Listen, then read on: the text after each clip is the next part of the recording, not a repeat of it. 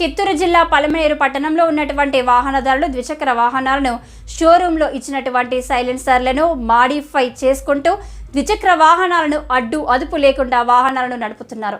ఈ విషయాన్ని గమనించిన సర్కిల్ ఇన్స్పెక్టర్ సిబ్బందికి తెలియజేయడం జరిగింది. ఈ విధంగా వాహనాలను దురుసుగా నడపడం, ర్యాష్ డ్రైవింగ్ చేయడం, వాహనాలను అదుపులోకి తీసుకొని వాటికి ఉన్న సైలెన్సర్లను తీయించడం జరిగింది.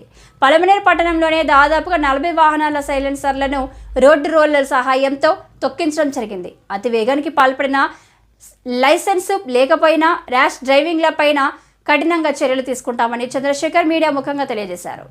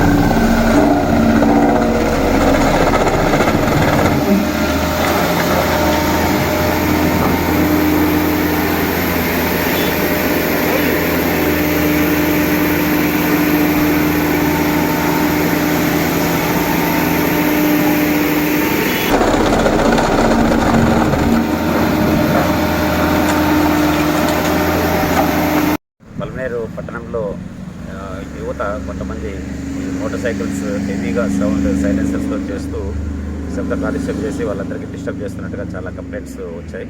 దానిపైన మా head constables Reddappa and Shankar వీళ్ళిద్దరు కూడా ట్రాఫిక్లో ఉంటూ అప్పటికప్పుడు అట్లాంటి వెహికల్స్ అన్నీ పట్టుకొని దాన్ని సైలెన్సర్లన్నీ సీజ్ చేయడం జరిగింది.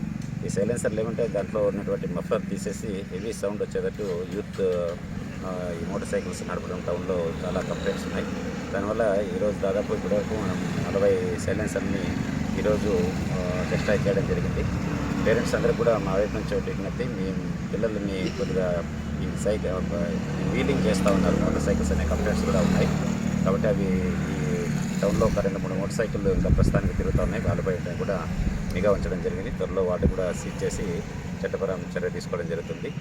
యూత్ అందరూ కూడా ఒకటే మా వైపు నుంచి హెచ్చరిక, ఎవరు కూడా ఇలాంటి సైలెన్సర్లు హెవీ సౌండ్తో టౌన్లో నడుపుతూ స్ట్రీట్లో కూడా అమ్మాయిలు పక్క కూడా ఇది చేస్తూ వాళ్ళందరూ కూడా డిస్టర్బ్ చేస్తున్నారు. చదువుకునే వాళ్ళని కూడా కాలేజీ దగ్గర, స్కూల్ దగ్గర, అన్నింటి దగ్గర ఈ వెహికల్స్ వల్ల చాలా డిస్టర్బ్ అవుతుంది. కాబట్టి ఎవరు కూడా ఈ ఎలక్ట్రానిక్ శబ్ద కాలుష్యానికి పాల్పడడం జరుగుతుంది.